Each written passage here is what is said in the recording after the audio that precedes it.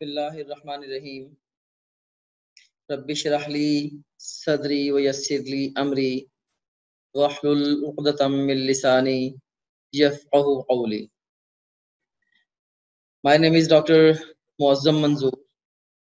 Medicine is my profession and teaching is my passion. I do it with interest.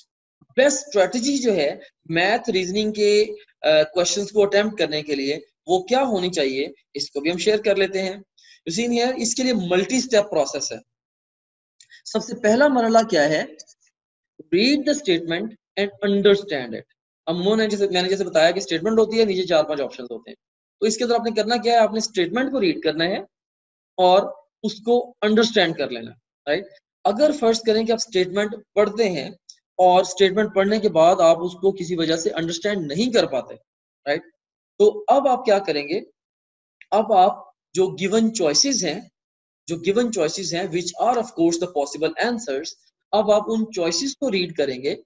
तो जब possible answers को आप read करेंगे, of course her possible answer आपको कोई ना कोई थिंकिंग एंगल भी देगा, राइट। तो आप ऑप्शंस को या चॉइसेस को रीड करके दोबारा स्टेटमेंट को रीड करेंगे।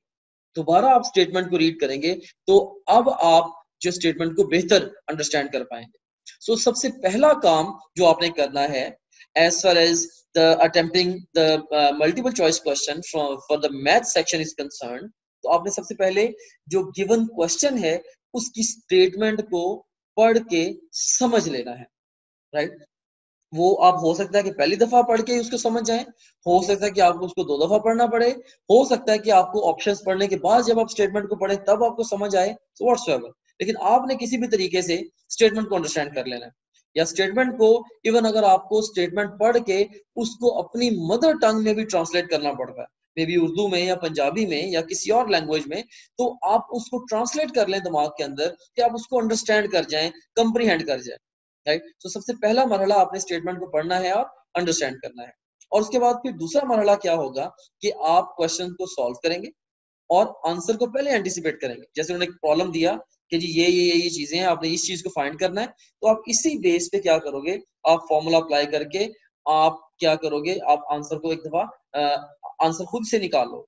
अब जो आंसर आपने निकाला है, अब आप उस आंसर को चॉइसेस में ढूंढोगे। अगर एग्जैक्ट सेम आंसर आपको चॉइसेस में मिल जाता है तो 99% चांस ये है कि आपने वो क्वेश्चन बिल्कुल ठीक तरीके से अटेम्प्ट किया, राइट। तो सॉल्व करें क्वेश्चन को और आंसर को एंटिसिपेट करें, ये हमारा दूसरा मरहला था। और उसके बाद तीसरा मरहला क्या है? Locate the answer and pick it. So आप आंसर को लोकेट करके पिक कर रहे हैं। चलें, ये तो मैंने एक बेसिक स्ट्रेटजी आपको बता दी जो 3 स्टेप्स के ऊपर मुश्तमिल है कि आपने स्टेटमेंट को पढ़ा, समझा, सॉल्व किया, आंसर को एंटिसिपेट किया, आंसर को लोकेट किया और पिक कर दिया। But if it doesn't work, अगर इस तरीके से आप सही जवाब तक नहीं पहुंच पाते, तो अब आप क्या करें?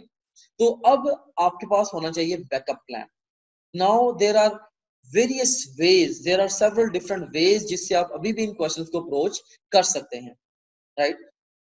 तो इसके अंदर एक स्ट्रेटजी होती है बैक सॉल्व स्ट्रेटजी, कि आप ऑप्शंस के थ्रू स्टेटमेंट को एक्सप्लेन करने की कोशिश करते हैं। तो जिस ऑप्शन के साथ स्टेटमेंट बेस्ट एक्सप्लेन हो जाए, आप उसको पिक कर देते हैं। मैथमेटिक्स में कई दफा जो बैक सॉल्व स्ट्रेटजी है, ये रियल टाइम बहुत अच्छा ये वर्क करती है। ऑफ कोर्स जब आप क्वेश्चंस को प्रैक्टिस करेंगे, आप जब बहुत सारे क्वेश्चंस को बैक सॉल्व करके देखेंगे, आपको इसका बड़ा अच्छा अंदाजा हो जाएगा, राइट। तो आपने इसको बैक सॉल्व करना है। उसके बाद फिर एक तो आप बैक सॉल्व कर सकते हैं, सेकेंडली आप इवन चॉइसेस को एलिमिनेट कर सकते हैं। आपके पास A B C D 4 options हैं, आप ऑब्वियसली देख के इवन अंदाजे की बिना पे, कॉमन सेंस की बिना पे कहते हैं यार इसमें ए और डी तो कभी भी पॉसिबल नहीं है, उनको एलिमिनेट कर दें। जो बी और सी है या जो भी 2 चॉइसेस आपकी बची हैं, अब उनमें से एक जो बेस्ट आपका गैस है वो लगा, राइट। या इवन कई दफा एग्जैक्ट आंसर निकाले बगैर हम सिर्फ अंदाजे से, हम एस्टिमेशन के जरिए भी सही आंसर तक पहुंच जाते हैं। क्योंकि याद रखना कि इसमें जो कमांड है वो सही जवाब देना नहीं है, बल्कि सही जवाब ढूंढना है। तो अगर आप अंदाजा लगा के ही लॉजिकल वे में भी एग्जैक्टली कैलकुलेशन किए बगैर सही जवाब तक पहुंच जाते हो किसी भी तरीके से, तो दैट्स द की है, राइट। तो अल्टीमेटली इवन एस्टिमेशन से भी आप आंसर तक पहुंच जाओ तो भी इट वुड वर्क, राइट। बहरहाल चूंकि इस सेक्शन के अंदर नेगेटिव मार्किंग नहीं है, इसीलिए मैं आपको स्ट्रांगली ये सजेस्ट करूंगा कि आप कभी भी मैथ रीजनिंग के सेक्शन में केयू कैंडिडेट टेस्ट में किसी भी क्वेश्चन को अनआंसर्ड ना छोड़ें, वो सरासर आपका नुकसान है। आपने 100% क्वेश्चंस को वहां पे आंसर करना है। ऑलराइट।